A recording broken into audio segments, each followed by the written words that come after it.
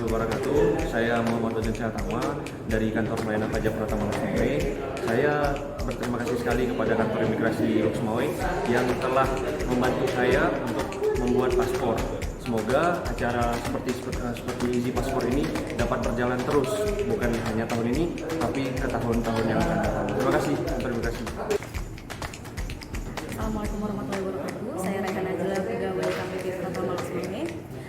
Terima kasih kepada kantor imigrasi yang telah membuka layanan Easy Paspor sehingga kita pegawai-pegawai di KPP Pratama Loks Mawai bisa membuat paspor dengan mudah, cepat, tanpa harus mengantri ke kantornya lagi.